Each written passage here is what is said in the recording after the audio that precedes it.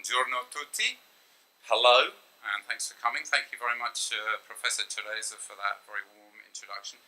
It's a real pleasure to be here today, right in the heart of the European study of tea culture. Venice, you may not know it, but has long dominated the European study of tea. So it's a great pleasure to be here today. I'd like to thank everybody who played a part in getting me here, and my host, the Italian Association for Tea Culture, and the Confucius Institute at the University of Venice.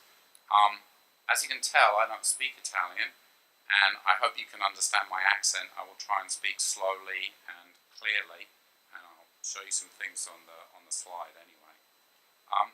So tea in China is said, like a lot of things, to have 5,000 years of history, and in fact, as I've discussed in my recent book, Tea in China, Religious and Cultural History, that you see there, and as my colleagues here will agree, that's not exactly true. So what I'm going to explore with you today is the fact that tea drinking began as a widespread cultural practice essentially in Tang Dynasty times. So I'm going to talk about the Tang Dynasty and how tea culture was created in that period. Now, how do we know that it started in Tang times? Well, one of the things that tea historians like myself do is to look at sources like this one. You can read it in English or Chinese as you wish, translate it in your head into Italian. Southerners like to drink tea, but at first few northerners drank it. In the Kaiyuan reign period, that's 713 to 742, there was Master Demon Queller of Lingyan Monastery on Mount Tai. He strongly propagated the teaching of Chan, that's Zen Buddhism. In the study of meditation, he emphasized not sleeping and also not eating in the evening. So he allowed all his followers to drink tea. People adopted it from them, and everywhere they boiled and drank tea. Okay, so people started drinking tea in the Tang Dynasty. But what I'm going to ask today is how people thought about this new beverage. Why drink it? What were its qualities? Now, Chinese medical writers by the Tang Dynasty had already identified the key benefits of tea. It is diuretic, it promotes digestion, it keeps you awake. But today, when we think about tea, even here in Venice, we don't just think it's healthy, we think that it has a host of other spiritual qualities. So where did we get those ideas from? I'm showing you a couple of images here that aren't from the Tang Dynasty. They're actually Sung Dynasty paintings, but I want you to get some of the flavour of what it means to combine Buddhism and tea. So here you can see the scene that we're interested in, Buddhist monks depicted drinking tea. This is from a large series of Sung Dynasty paintings. So here you can see the preparation of tea, tea being ground up here, and monks gathering for tea. So today I'm going to show you that the creation of a tea aesthetic was something that was undertaken primarily by Tang Dynasty poets. So why am I looking at Tang Dynasty tea poetry? First, the writing of verse was the most important expression of culture during the period when tea drinking emerged. So reading poetry can tell us a great deal about the trajectories of the practice. Second, as the most highly regarded and prestigious form of cultural expression in Tang times, verse not only expressed ideas, but it also shaped attitudes. To some extent then, poets told people what and how to think about tea. The values associated with tea today, that it is natural, health-giving, detoxifying, spiritual, stimulating, refreshing, and so on, are not new ideas, but ones shaped in Tang times by poets. In tea poetry, we can catch a glimpse of the cultural synergy created by literati, poets, and monastics, gathering to share and construct new standards of connoisseurship and creativity, as well as to develop new themes and imagery. Questions about how tea was to be drunk, how it was to be appreciated, and its range of symbolic meanings were often worked out or elaborated on in verse. And as we shall see, a sizable amount of tea's value was expressed in verse using religious terminology or imagery. As for the quantity of poems about tea, what started as a trickle in the mid-Tang became, by the end of the dynasty, a full flood of tea-related verse. Tang poets addressed a range of topics in their verses on tea. Surviving poems describe the colour, aroma and taste of the beverage, methods for preparing tea, the shape of teaware, settings for drinking tea, the appreciation of the various aesthetic, medicinal and psychoactive qualities of the beverage, as well as, to a much lesser extent, the world of tea growing, picking and preparation. Poets, as the cultural engineers of Tang times, had to invent a new world for tea to inhabit. And rather than just invent one world, they made many, all of them interconnected to some degree. So I've chosen today to focus on just a few of the more significant poets and a tiny selection of representative works. If you want to read more of this kind of material, then I direct you to my book in which I translate and discuss a lot more poems than this. So here's an example of the kind of thing that I'm talking about. This is a tea poem in the shape of a pagoda. If you've never seen a pagoda before, this is to remind you what it is. The English translation, I can never get into the shape of a pagoda, but you can see that the Chinese works quite well. So this is by the Tang poet Yuan. And you'll see here some of the themes that we'll talk about today. Tea as a beverage for poets and monks, the colour and aroma of tea and the beauty of its preparation, and also tea is something that keeps you alert, unlike alcohol. So I'm not going to read this one aloud, but we're going to discuss more poems in greater detail as we go on. So as we heard, the habit of tea drinking originated in the mid-8th century with this Buddhist monk called Master Demon Queller on Mount Tai, and then it spread throughout the Tang Empire. The sudden appearance of tea in poetry at around the same point in time only confirms other evidence for an explosion in the popularity of tea consumption in the mid-8th century. And there was a close association of tea with Buddhist sites and personalities in Tang poetry. So let's have a look at how Buddhism and the development of tea drinking were linked. Wei Yingwu was a poet who made tea the star of one of his poems, Joy at Seeing Tea Growing in the Garden. Its pure nature cannot be sullied. When drunk, it cleanses dust and worries. This plant has a truly divine taste and originates in the mountains. After I have taken care of my responsibilities, I plant a tea bush in my uncultivated garden. It is happy to grow with the other vegetation and to speak with a person in solitude. Now, this is a very short poem, but it contains a few interesting and novel ideas that deserve attention. So, first, the tea plant is attributed with extra-worldly properties. It has a pure nature that cannot be stained or tarnished. This idea is most likely indebted to medieval Chinese Buddhist ideas about pure Buddha nature. Very important idea in Tang times. That all beings were thought to possess. This doctrine applied originally only to sentient beings, but in Tang times included even plants and trees. The Buddhist interpretation of this poem is strengthened when we read in the next line that tea has the ability to cleanse dust and worries. Dust, in Buddhist texts, commonly stands for the delusions and impurities that obscure our true awakened nature. The term fan can mean worry or anxiety, but is also part of the compound fan na, a common Buddhist term meaning afflictions or mental disturbances, Sanskrit klesha. So these lines present tea with a strong Buddhist inflection. Furthermore, the tea plant is depicted growing alongside other vegetation in the same way that a bodhisattva dwells among ordinary people, despite his or her awakened mind. To confirm this religious reading, the poet tells us that tea has a divine or numinous taste. So in these few lines, we can see how Tang poets might consciously link Buddhist doctrine with their praise of a new beverage.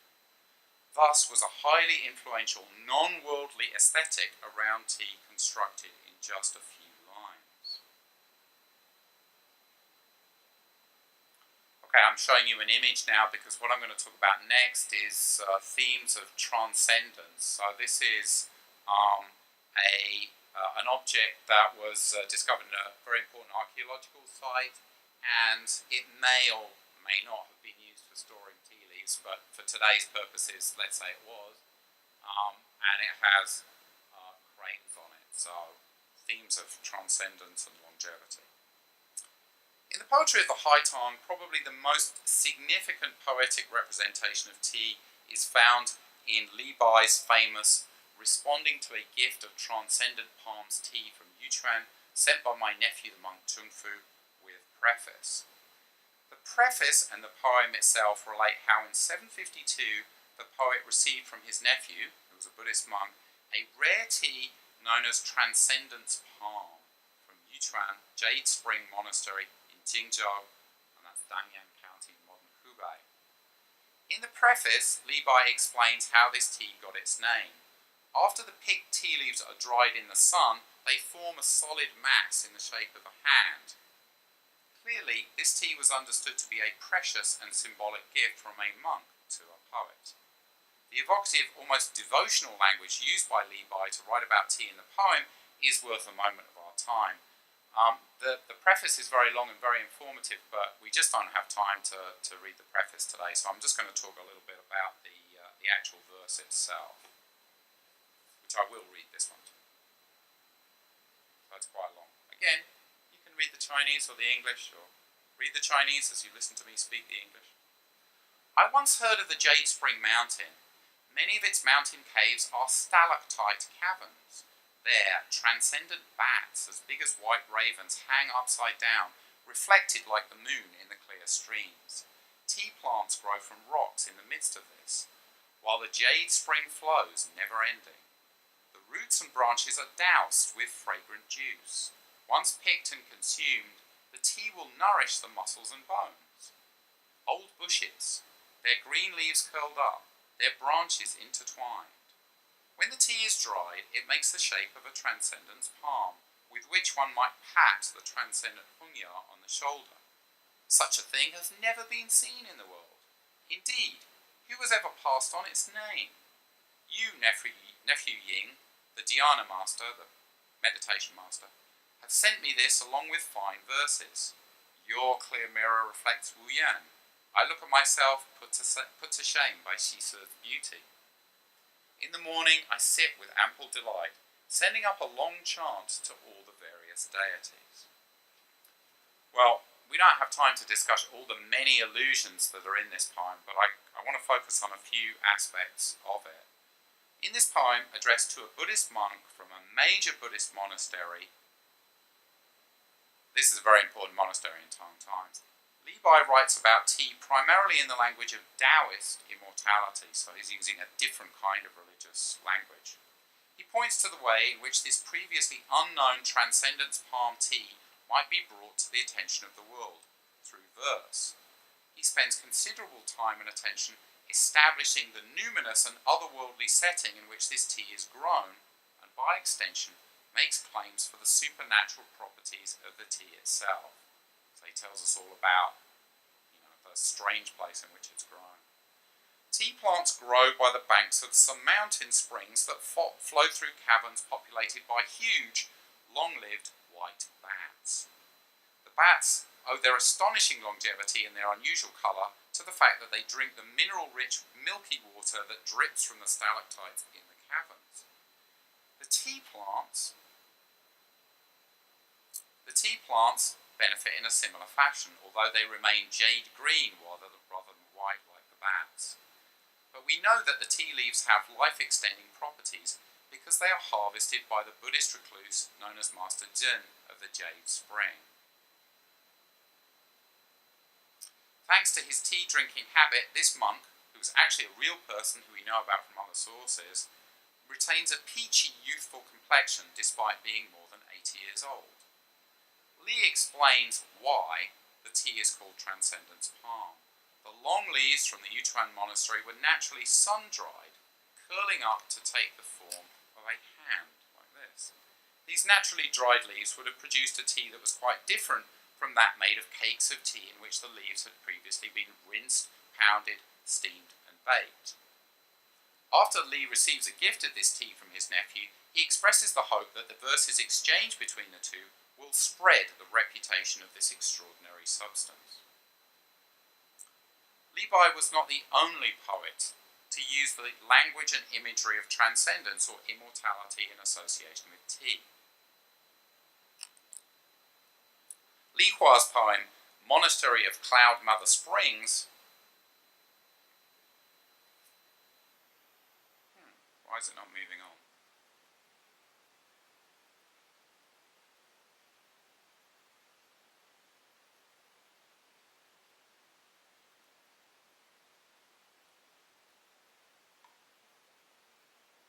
Can somebody help me? This isn't advancing to the next slide in the way that I hoped it would. Oh, it's done. You only had to get to your feet, Federico. Such is the numinous power of Federico. You only had to stand up. Li Hua's poem, Monastery of Cloud Mother Springs, makes similar claims about tea as an elixir with a potential to bring longevity and health. This is actually a Tang Dynasty bowl, but don't tell anybody, and I won't tell anybody either. It was just too good an image to go with this poem. Glossy medicinal herbs growing in luxuriant meadows, their qi soaks into the teacups and emits a pleasant fragrance. Drinking this sap makes you live a long time. Consuming it harmonizes the body. So we see, even in this short poem, similar kinds of claims about the ability of tea to act as a kind of elixir that will extend your life, will change your body. So we see the kind of health-giving and religious properties attributed to tea, even in these short verses. This poem too has a preface, and it tells us more about the mineral-rich water with which this tea was made, but again, unfortunately, I don't have time to discuss that preface with you today. But basically, the preface explains that the spring from which this tea is made passes through mica, which is a soft kind of shiny mineral substance, you may know, and it picks up the qualities of the mica that go into making the tea.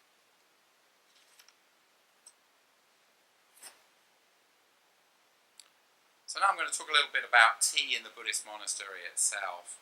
So sometimes the poet writes about a particular tea associated with a named Buddhist monastery. Sometimes he describes sharing tea with a particular eminent monk. But some Tang poems are centered on the experience of simply being in a monastery and drinking tea. This experience and its evocation in literary and artistic works was significant for the development of a tea-centered aesthetic that continued through later periods. So what I'm showing you here is this claims to be a Tang Dynasty painting. It probably actually isn't as old as it says it is, but it does give you some kind of a feeling for the experience of drinking tea in a Tang monastery. I apologise for the quality of the slide. The painting itself is in the National Palace Museum, and the painting is in poor condition. And this is the best slide that the National Palace Museum can give me of it. But you can see here in the centre of the painting a Buddhist monk. This is a literatus, so a member of the civil service who's come to visit him. This is another monk here. And then down in the corner here we have the monastic servants who are actually engaged in producing the tea. And this is what tea production looked like in Tang times. So they're actually kind of cooking it up on a brazier there. So it's not made in a teapot, it's not crushed and ground as it is in Sung times. It's all kind of cooked up in a over an open flame there. Okay, I get a close-up of that image here.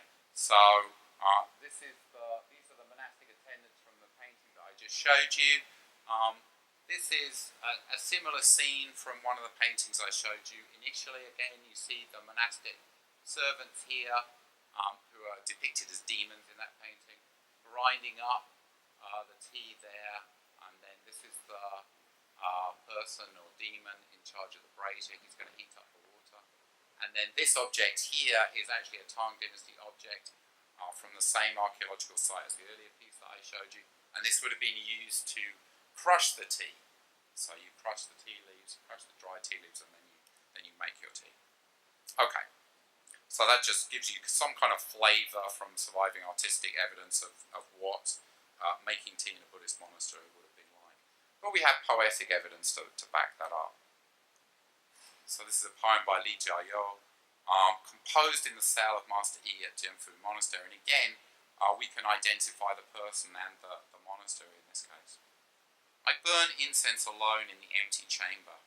In the silence of the lonely forest, the sound of the stone chime endures. I gaze idly at a clump of bamboo, growing old, seated in this corded chair. So you actually have, this is good because you actually have an image of a monk seated in a corded chair there, so it actually illustrates the poem there. Sipping tea, I glance through the true gathas, so he's reading Buddhist texts. I light a lamp to aid the twilight. A person returns, and from afar I send them off. Their footsteps move away on the encircling veranda. So this image of the literatus, the member of the civil service, playing at being a monk, sitting in his exotic chair and reading Buddhist verse while sipping tea, was an important element in the construction of an idealized or aestheticized setting for the appropriate enjoyment of tea. So here we have the kind of imaginative setting of the Buddhist monastery being the right kind of a place to enjoy tea. Here's another poem which picks up on a similar theme. This one's much longer. So this is Liu Yuxi's Song of Sampling Tea at the Monastery of Western Mountain.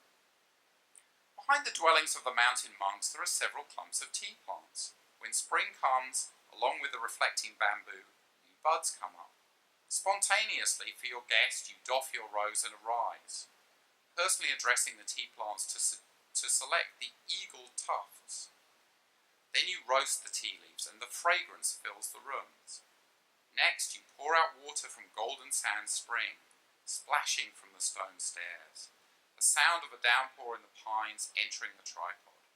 A white cloud fills the cup with floating flowers. The perfume hits the nostrils and disperses last night's drunkenness. Pure and austere, it penetrates the bones and drives out inner worry.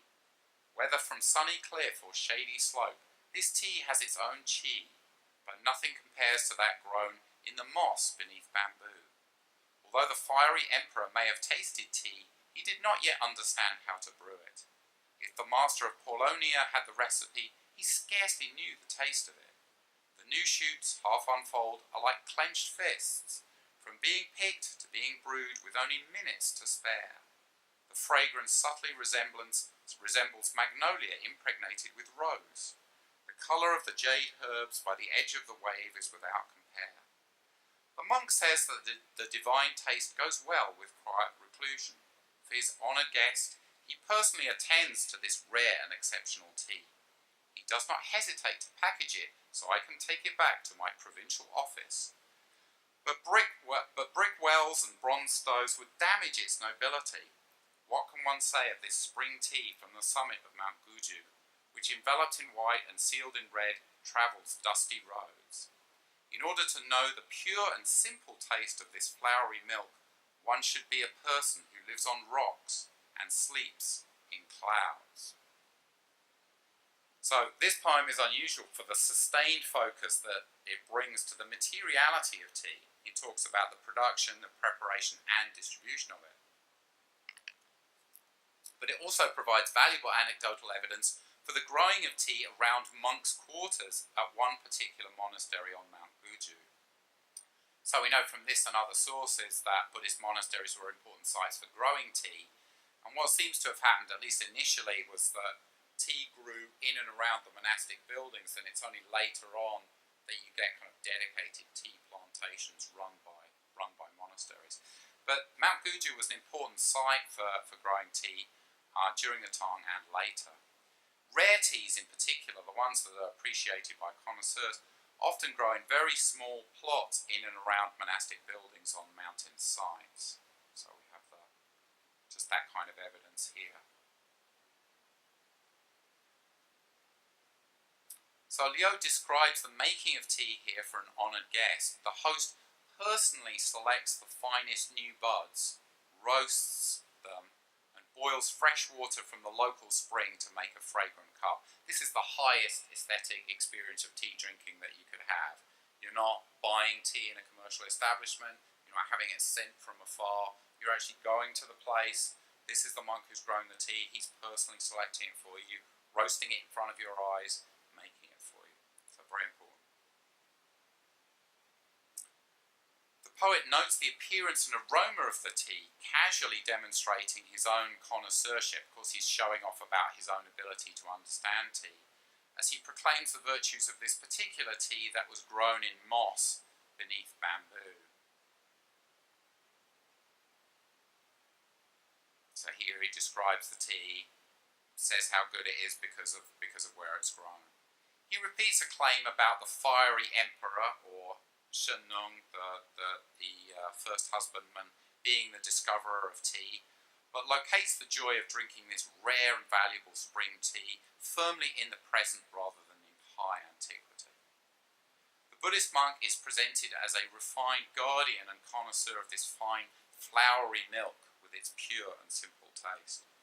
Leo claims that transporting the tea, enveloped in white and sealed in red, so put inside a package basically, will damage its flavour, and that one must be a mountain-dwelling recluse to know the true taste of this tea.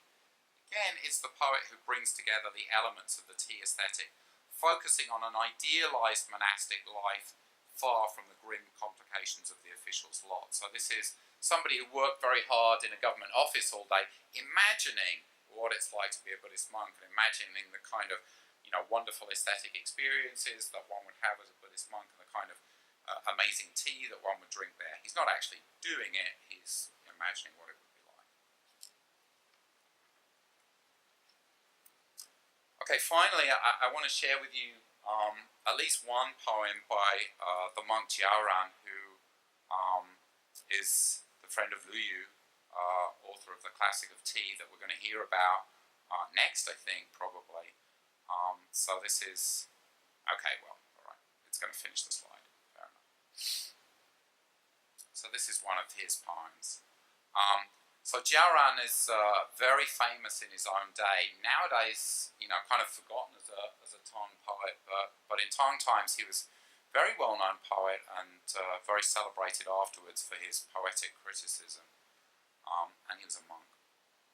So most of Jiaoran's tea poems are about the place of tea in the life of a Buddhist monk, because that's what he was. Their language emphasizes interior purity and simplicity, and a lot of his poems suggest links between Chan Buddhism and tea, Zen Buddhism and tea, because that's the tradition that he grew up in. So I'm going to end today probably with just one of his poems. There are a lot more of his poems that I could discuss.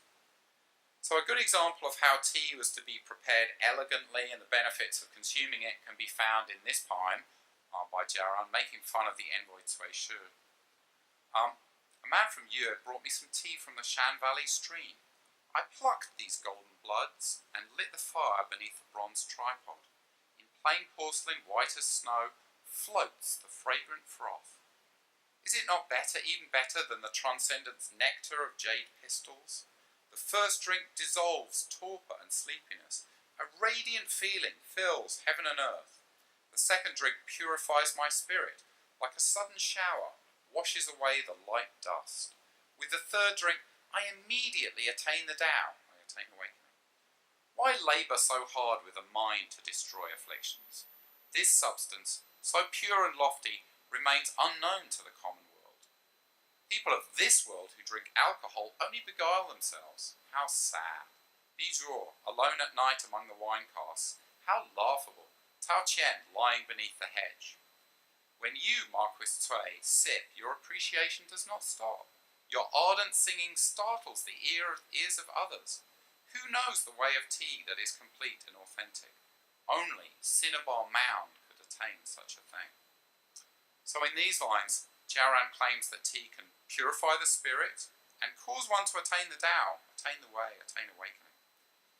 And he explicitly contrasts the spiritual consumption of tea with the worldly and deluded drinking of alcohol to excess, even by such famous poets as Tao Qian. So he uses a couple of examples there of famous drunkards, one of whom is the famous poet Tao Qian, who's a great poet but also a great drinker. In addition, the line, "Why must one labour so hard with the mind to destroy the afflictions?" relates to contemporary Chan Buddhist rhetoric about so-called sudden awakening. So he's actually plugged into what's going on in Chan Buddhist circles. In other words, if you look at Jaoran's tea poetry, he takes tea very seriously. He puts it on a par with his own religious practice, and he was a very serious religious practitioner himself. But, like a lot of Jaoran's poems about tea, this one kind of has a light and playful quality. I mean, it's basically a poem that's written in response to a person that he knows, Envoy Cui, and he's kind of making fun of the way that Cui reacts, Cui's own kind of connoisseurship practices, right? When Cui drinks tea, he keeps on drinking it, right? And so he's making fun of the way that Cui enjoys his tea.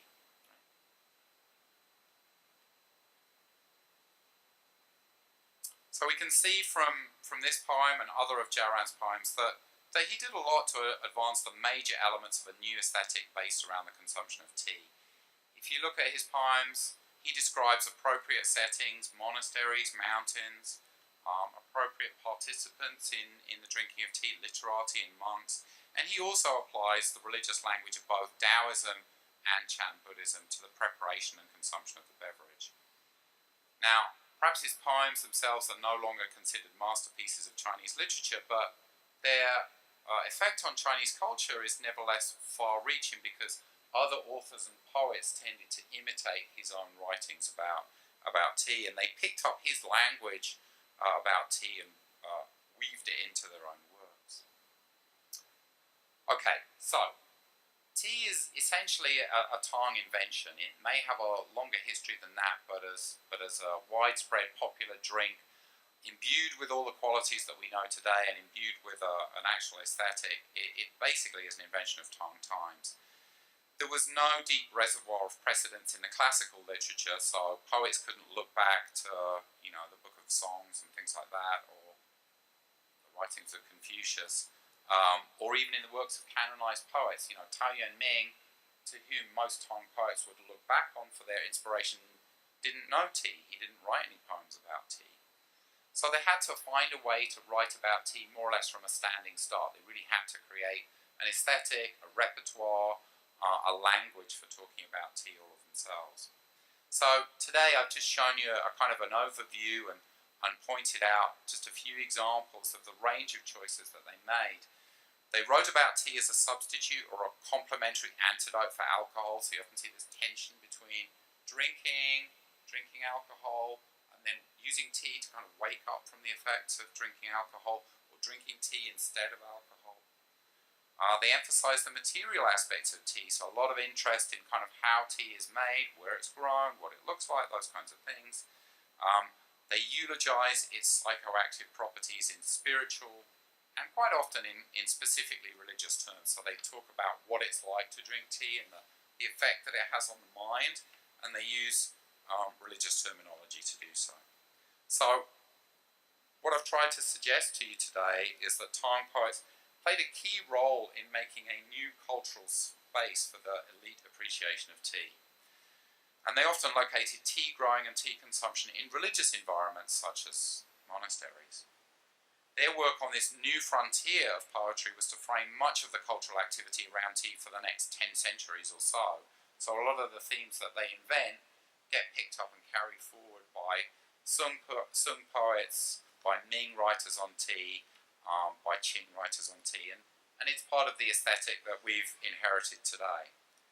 The poems, especially Li Bai's poem, would be cited and alluded to by generations of tea connoisseurs and poets to come. And as we've seen, Tang poets invented much of the terminology and aesthetics of tea, and they drew heavily on religious sources to do so. So, thank you very much for your kind attention. I've taken a little bit over half an hour, and I hope there'll be time for questions later, but that's all I'm going to do right now. So.